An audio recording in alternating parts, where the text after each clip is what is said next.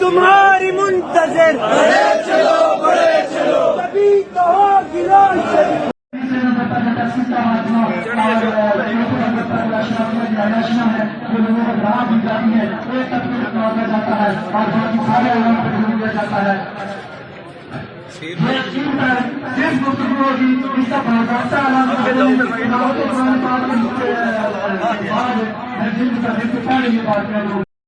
आइंदा भी दिखेगी।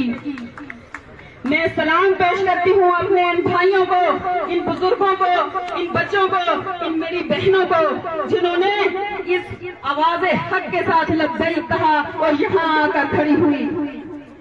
अवाम की तहरीक है, मर्दो जन की तहरीक है, तुलबा की तहरीक है, वकला की तहरीक है। इस तहरीक में हर आम और खास जो है वो शामिल है।